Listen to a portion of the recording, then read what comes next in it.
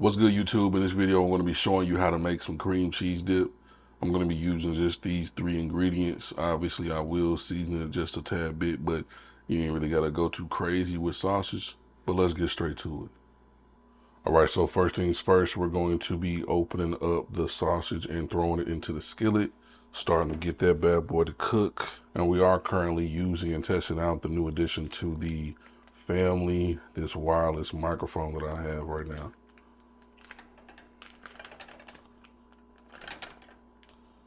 And then once you have it emptied into the skillet, all you want to do is just break it up a little bit. Very similar to how you do ground beef, obviously, because it's both some ground up meat.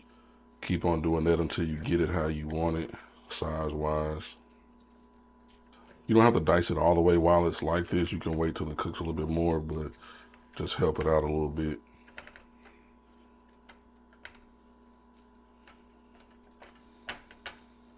And I have my eye set to around 7.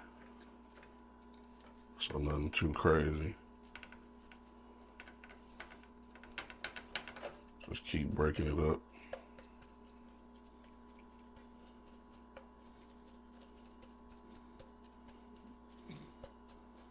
All right, next up, I'm gonna find the lid wherever I did place it.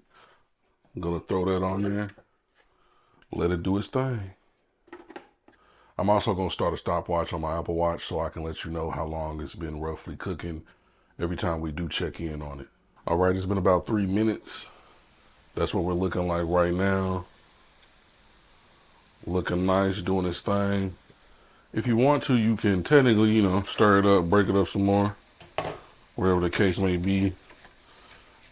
I'm not a fan of this white skillet because when I start cooking certain things on it, it'll transform the color at the bottom. It's got a few scratches on it, but it'll still get the job done. You can break it up some more at this point as well if you need to or want to. That's perfectly fine. Get it to the size that you like.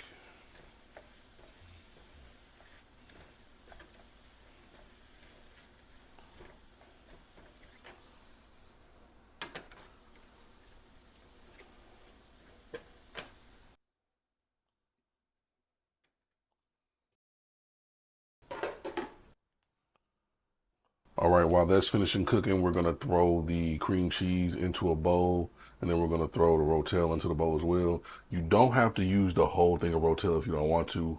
You can use some of the juice. I'm gonna be using the whole thing and all the juice.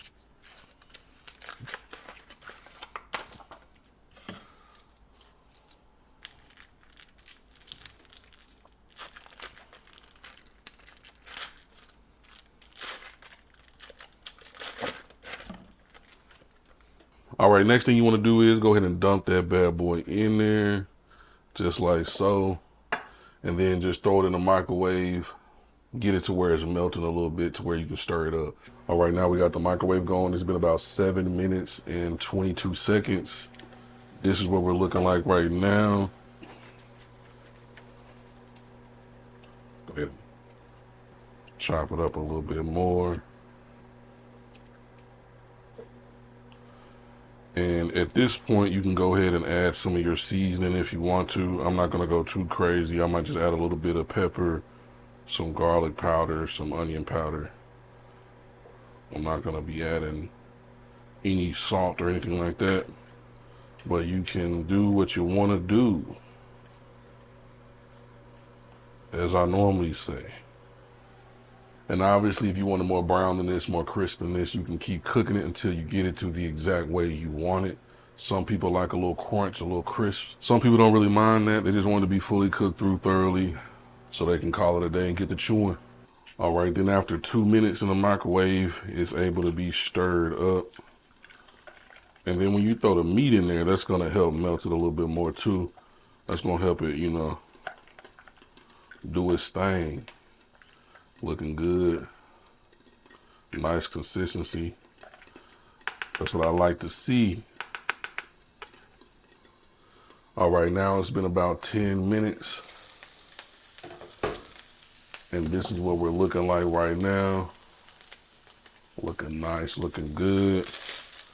starting to get nice and crispy. Yeah, boy. It was done the last time we checked it, to be honest with you. I just want to cook it a little bit longer. I'm gonna grab a little quick little taste of it. Oh, delicious. Go ahead and add a little bit of pepper, a little bit of the onion situation, a little bit of the garlic situation. That's all I'm gonna do to it. Stir that up.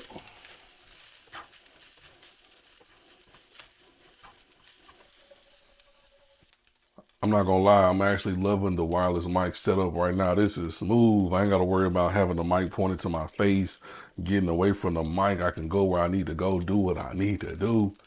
And then I got the phone, got a little bit of a different angle up higher so it can be out my way a little bit more. Then all we're gonna do is we're gonna pour that thing in there. Hold on, can I do it without making a fool of myself? Uh-oh, uh-oh, uh-oh, uh-oh. Yeah. Yeah. Turn that eye off for now. And then we simply stir it in. Some people like to eat this as a cold dip. Some people like to eat it as a warm dip, hot dip. I'm one of the ones where I don't mind how I eat it. I'm gonna just eat it. And you know, let me stop. All right, yeah, so I don't advise stirring it over the stove. My fingers were feeling like hot dogs on the 4th of July grill. So yeah, let's probably not do that. And also, if you're thinking, I wish I had a little bit more Rotel in mine, you can add some more if you want to. You can throw a little bit of some other cheese in there if you want to get wild. And you can use this right here as a filling to make some type of breakfast situation if you want to. Like you could take the croissants and then lay them out inside of a muffin pan. Then you can add this inside. Then all you got to do is fold it over and then let it bake in the oven to the way you like it. And then it makes a nice quick grab and go breakfast situation. But this is just going to be the dip with the chip situation. Either way, it's gonna taste great on them taste buds. Yeah, that thing looking quite nice.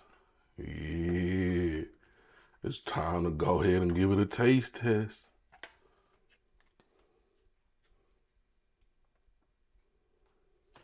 Oh yeah, that's fire right there. Oh yeah, that's magnificent. Chip breaking can't handle the magnitude of the dip. I'm gonna go on and grab one more scoop before I close this video out. Yeah, that's fire right there. And as always, if you enjoyed the video, please slam the like button. It's greatly appreciated. Helps the channel out a ton. And I'll see you in the next one. Peace.